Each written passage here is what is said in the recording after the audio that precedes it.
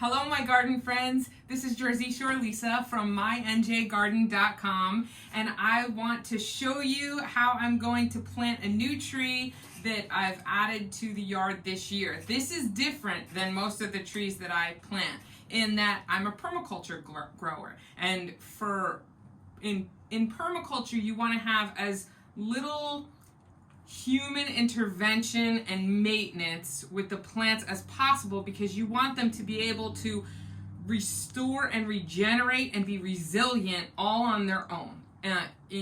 If you design the system well, that will happen with very little human energy input after that. But there are a few things that I want to grow that will need to stretch my zone, in that they aren't native to this area and they really want to grow in a slightly warmer climate. But if I really control the environment that they're in, I might get away with it and might get fruit production. And olives is one of them. I'm in New Jersey, and you don't have the ability to grow olives outdoors unprotected in New Jersey.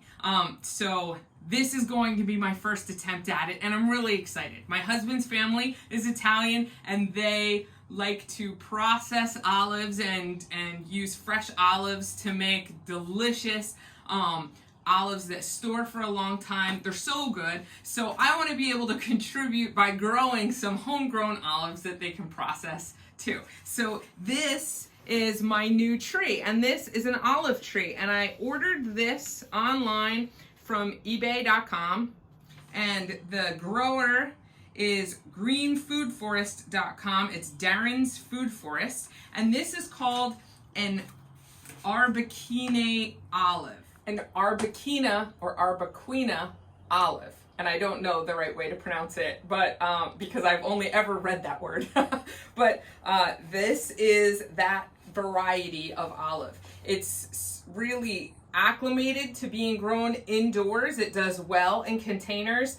It's supposed to be very productive. The olives will start out, it's a self-fertile tree, so you don't need multiple trees, especially if it's being grown indoors.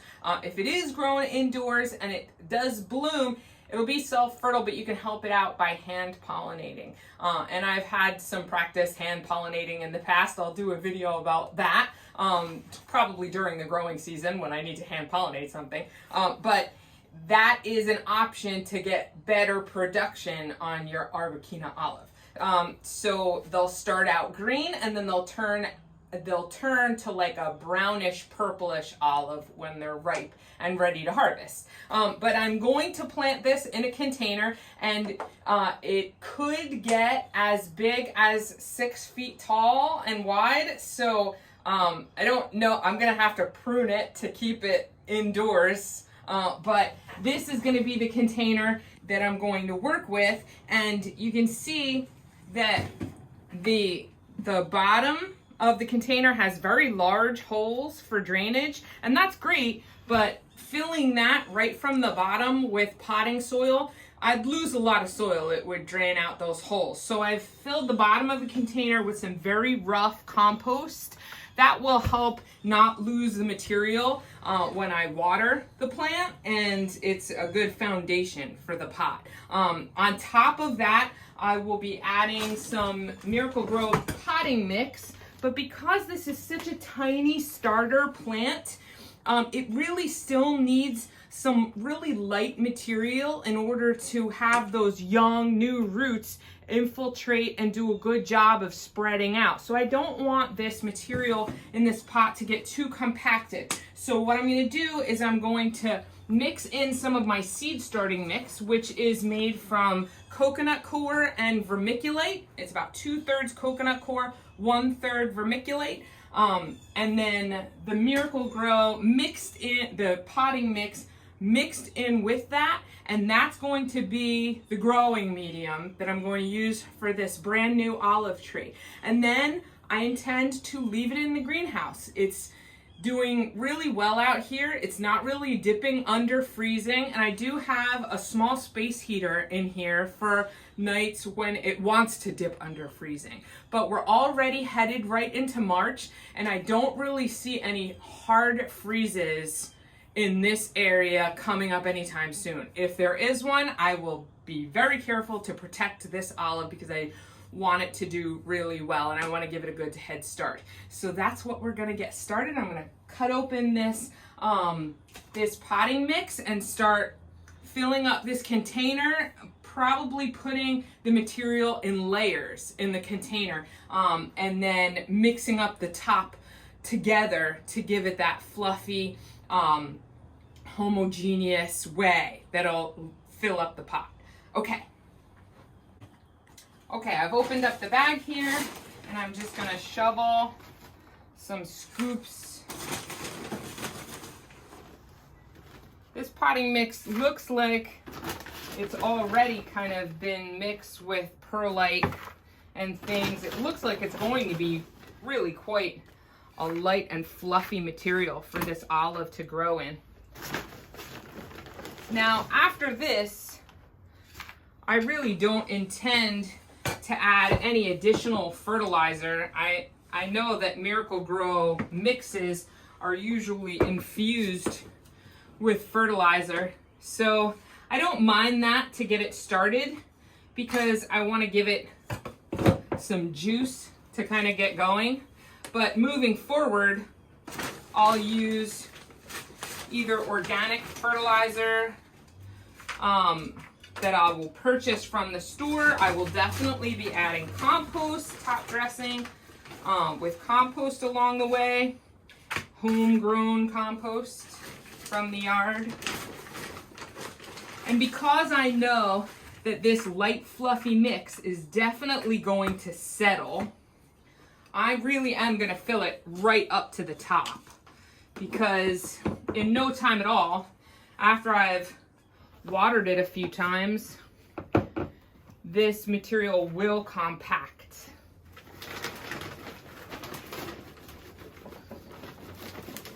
And settle.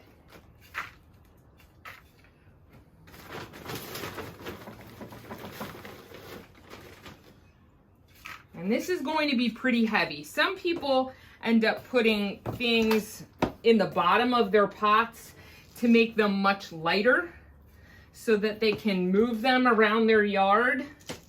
But I have a dolly, I have like hand trucks and garden carts, obviously. If I need to move things, I'm okay with the pot being heavy and really filled with soil and good growing medium. But an option would be to take chunks of styrofoam and put them in the bottom of the pot before you fill it with growing material. That will make the pot much lighter.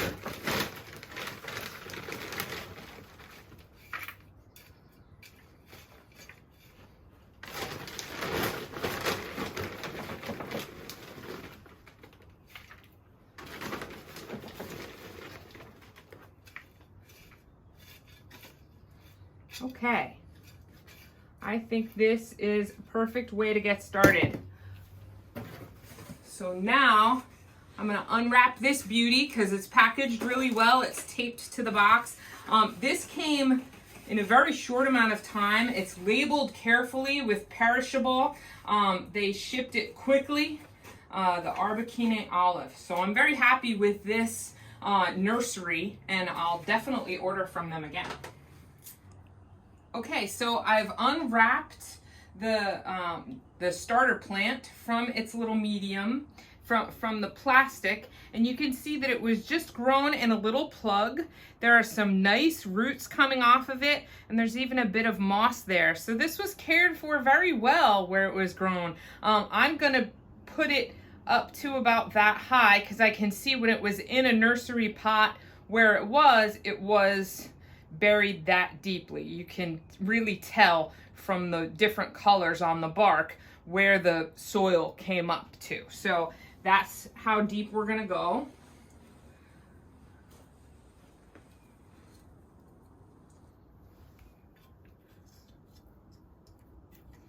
And there we have it, right in the middle of the pot. And we'll give them a good water.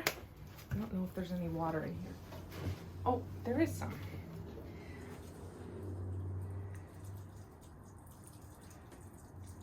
just to get started. And there you go, we've added an Arbequina olive to MyNJGarden.com, and I couldn't be more excited about it. I don't know how long it's going to take to produce, but all through the growing season, I'll be sure to update you on the progress of our little tree and see how it's growing. Okay, everybody, thanks so much for watching. Please like the video and leave me a comment and subscribe to the channel. Have a great day.